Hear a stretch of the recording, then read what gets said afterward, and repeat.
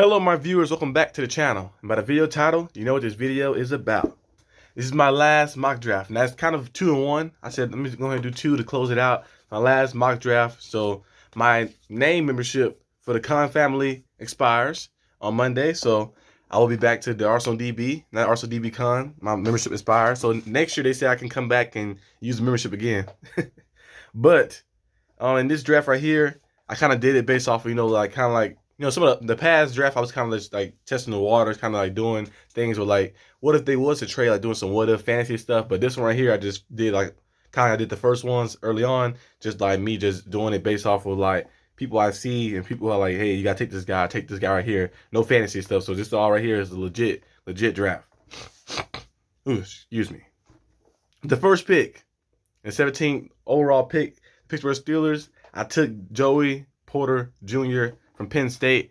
As you guys been on here before, you hear me mention Joey Porter Jr. a lot. You know, his father on the all-decades team. He was all-pro here. He was a multi-time Pro Bowler, a Super Bowl champion here, and most likely his son was with him and was around some of the culture of the Steelers for a very long time. He's in Penn State, so not too far away like that, so it would be familiar territory. Most likely he probably already knows some guys on the team already as well, because, you know, his father had the connections with Pittsburgh and stuff, so he probably already worked out with some guys or had some conversations with some coaches, with Coach Tomlin, I want to say. And, you know, just probably already been around and familiar with the environment. So that would be an easy transition for him. Now, with the other draft that I did too, going two at the same time, guys. So the other one I did was just basically 7.0. Cam Smith, I took him, cornerback from South Carolina. You know, Cam Smith is a guy who plays very patient, very poised. And he's a guy, he's not a press corner. He's not going to be like fully pressed. He might press here and there, but he's more of a guy who's like to be a little way, give him a little space. He'll play poised and patient, and he knows when to take his chances. He knows when to jump, and he knows when to use. He has great instincts. He knows when to use his like athleticism to get over there to break out like that. He stays well and low and tight in his back pedal, so he has a good jump like that, and he'll get back and can just cause the disruptions to the receivers like that and kind of like bait the quarterback a little bit. He plays smart. He has some good IQ and stuff like that. Of course, you know, him being a press corner would be, you know, even better like that, like Joey Porter Jr. Like that, Joey Porter Jr. is a press corner, so that fit the Pittsburgh Steelers scheme well. You know, Steelers do a lot of like get to the quarterback, so they add like a lot of extra like guys in, try to like rush and get to the passer, and sometimes they might leave some man-on-man matchups at the cornerback position, and having a press corner would just help that out a lot. A guy who's not scared and physical to get man-to-man like that. But Cam Smith, he might not play super well with some of the contested stuff like that when like he's one-on-one like that and going up with it. But I think overall, he's very good. He's going to be very good like that. He has a different type of style, different type of play style than what the Steelers will do. But he'll fit well and like right in there like that. And he's versatile too. He can play in the slot. He can guard some slot receivers too. Play in the slot and he can play outside. So that give him an extra bonus too as well like that. So if like I mentioned before, Christian Gonzalez, Devin Witherspoon, not in particular order, but I think Gonzalez is the best. Him and Devin Witherspoon are the two best. Christian Gonzalez, Devin Witherspoon, Joey Porter Jr., Keely Ringo, Deontay Banks, Emmanuel Forbes, Cam Smith. Those are some good cornerbacks right there. Those guys right there, if you don't have a cornerback and they're on the board, you got to take one of those guys. Those guys are gonna be cool like that, be very good. And the guy from Kansas State too, he's gonna be nice too. I forgot his name. I think his name was. What was his name? You see, I forgot his name. But yeah, but those the ones I got to just mention, those guys are gonna be the guys. You be like, okay, if they there, I have to take them like that. I don't know if all of them going first round. I think Gonzalez, Witherspoon, and Joey Porter Jr. and Cam Smith are going first round. And I think Keely Ringo could go first round.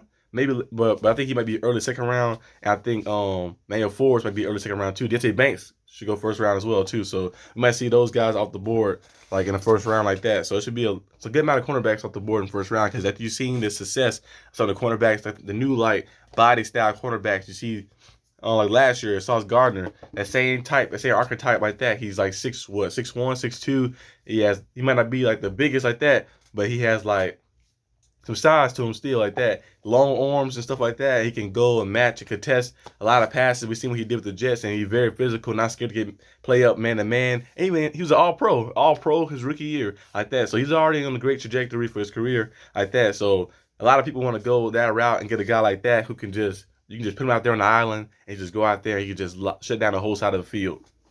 With the second pick, in the 6.0 draft, I took Kalijah Kancey from Pittsburgh, the D lineman.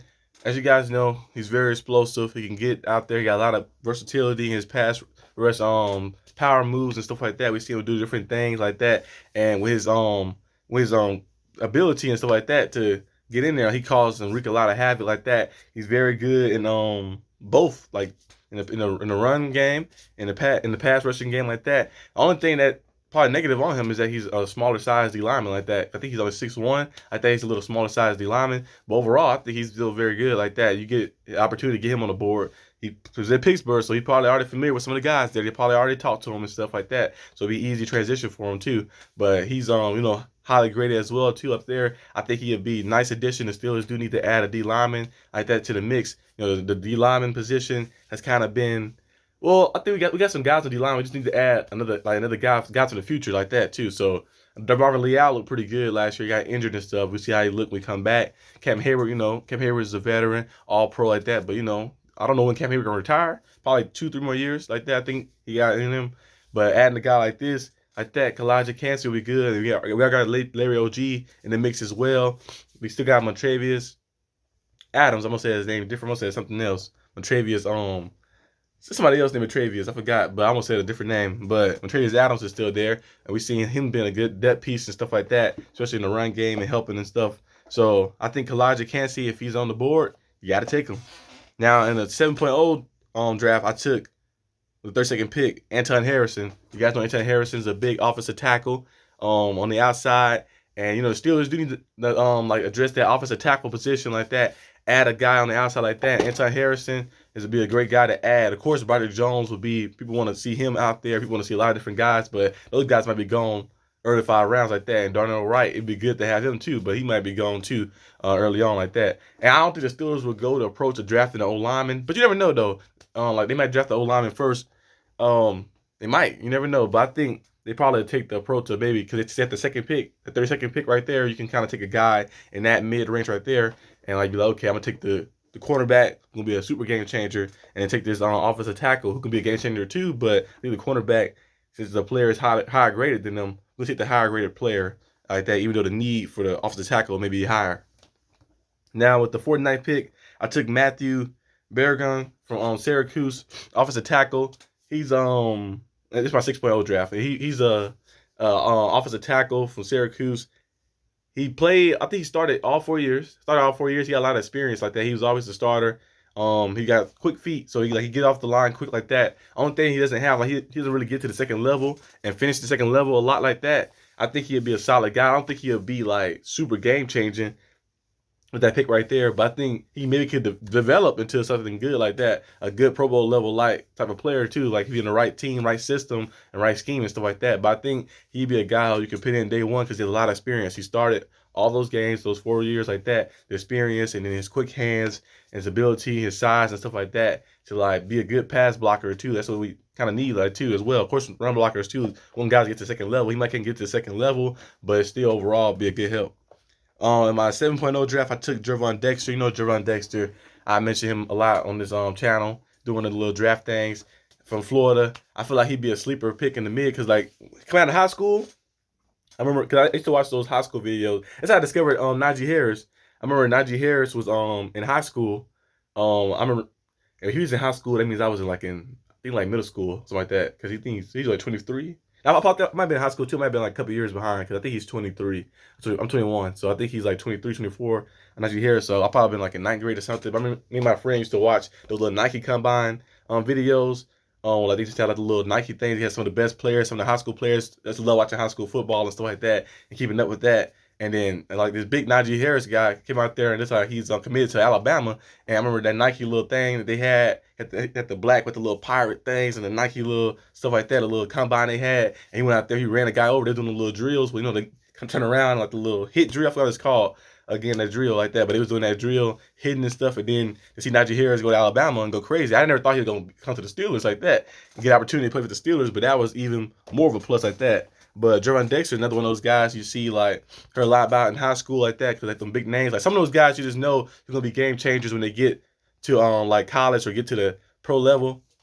You hear their name a lot like that. So he was one of those guys you heard the name a lot, and then when he got to the college level, he played pretty good like that. I think early on the expectations was very high like that. He didn't like exceed the expectations, but then later, close to the end of the time, he kind of got better and better. And I think he'd be a sleeper pick. And you see, you just watch him, you be like, that guy got a dynamic like type of game to him too. He's very strong, very powerful, can get in like that. Very good in the run blocking like that, and run stopping. Not run blocking, I mean run stopping, and like that, and being able to cover the gaps like that, and he's has size to cover like multiple gaps sometimes too. You see some of the like plays he made and stuff like that. It might not be pass rusher fully like that and have that explosiveness, and might not have like a lot of moves to use in pass rushing, but him in the run game of being a run stopper, I think it'll be very elite, and it can kind of like maybe like add on like that. He could develop well into that pass rusher too, and like adding that element to his game as well. But I think he'll be a sleeper pick. I think he's gonna be one of those guys you can find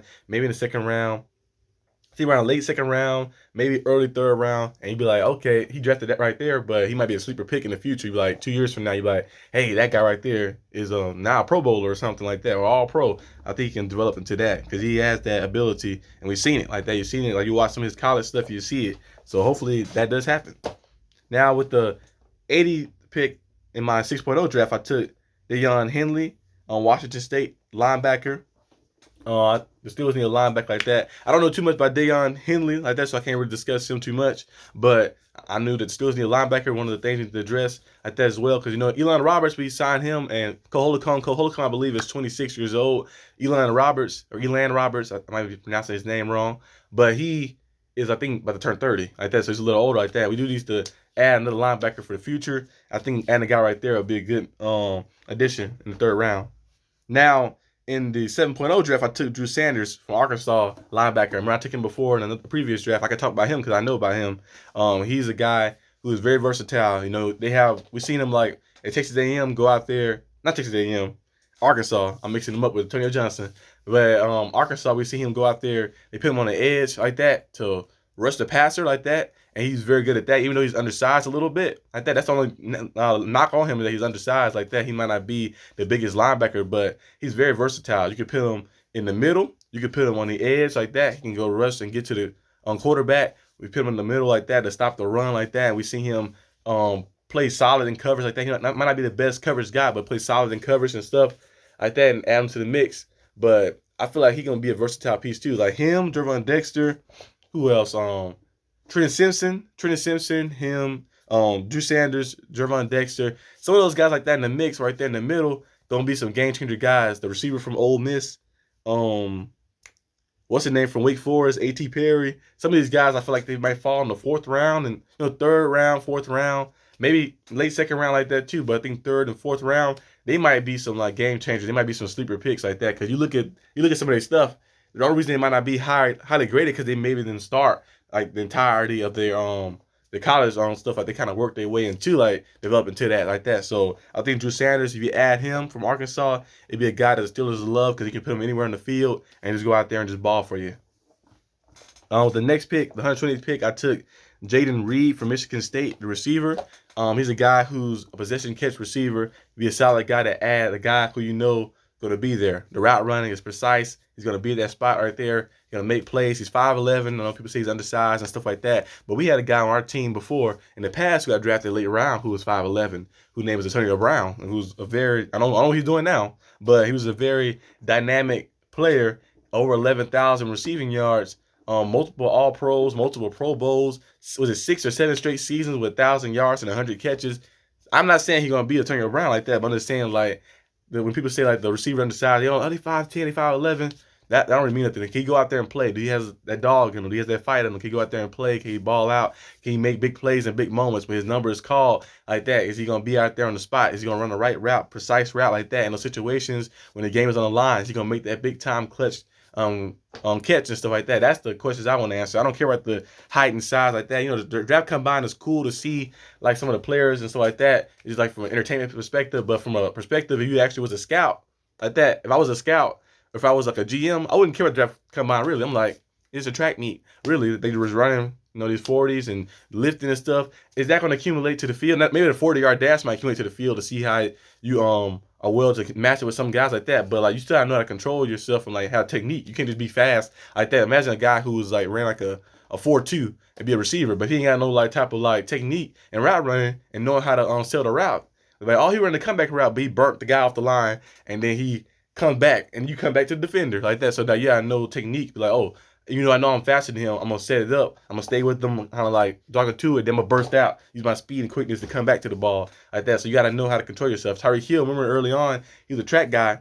And remember the Chiefs, we seen him like develop into a very good receiver like that, because he was a known like he mostly catch a lot of body catches and stuff. Wasn't really a hands catcher because he was a track guy, kick returner guy too. And he was like that. Then he kind of developed later on, started getting more poise in his routes and started learning like to stop and breaks like that, and just being patient to set up the nice route and stuff. And it just kind of evolved well. So adding the guy with technique. Jaden Reed and stuff like that from Michigan State, with the ability to go up and contest catches and like that and make those strong catches, possession catches, those guys you can rely on third down and stuff, kind of remind me of Tyler Boyd a little bit. That's why I saw him too like that. Kind of remind me of Tyler Boyd. So I added them to the mix. With the 120 pick in my 7.0 draft, I took Byron Young, Tennessee edge rusher like that. Another guy who might didn't get a lot of like starts early on, but like later down, he got some starts and stuff like that and started playing better and better. And I feel like he'd be a guy you add in that fourth round in a mix like that. He can be a good piece to add to the team. The Steelers do need an edge rusher as well, but Dupree didn't come to the Steelers.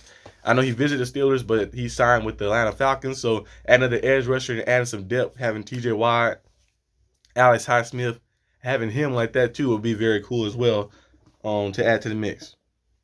And then with the last picks, the 241 pick, my 6.0 draft, I took Robert Bill Jr. at edge. And then my 7.0 draft, I took C.J. Johnson from East Carolina. And then my 251 pick in my 6.0 draft, I took DeMarco from Alabama, the safety. No, was he safety? Yeah, he was safety, yeah.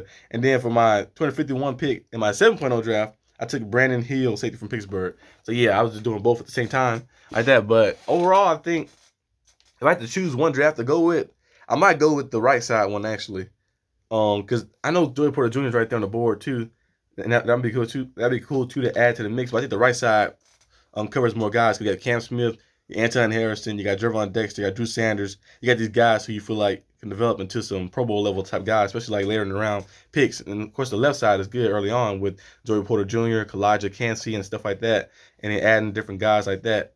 But I think the right side on the 7.0 draft is a little better. But that's really all I got for this video, guys, like that. The draft, doing the mock drafts is very fun and stuff like that. But now it's time for the real draft time. Now, this Thursday, the draft starts. I was going to live stream the draft, actually. I might live stream the draft, but most likely but I'm definitely going to have an update. So that I'm going to upload a video, probably multiple videos that day. I'm going to have a reaction to our first picks and stuff like that. And then I'm going to do a review on every day of the draft like that, like I did last year, too. So stay focused on that and look out for that. But that's all I got for this video today, guys. If you like this video, leave a like and subscribe. And I'll see you guys next time on the channel. Peace out.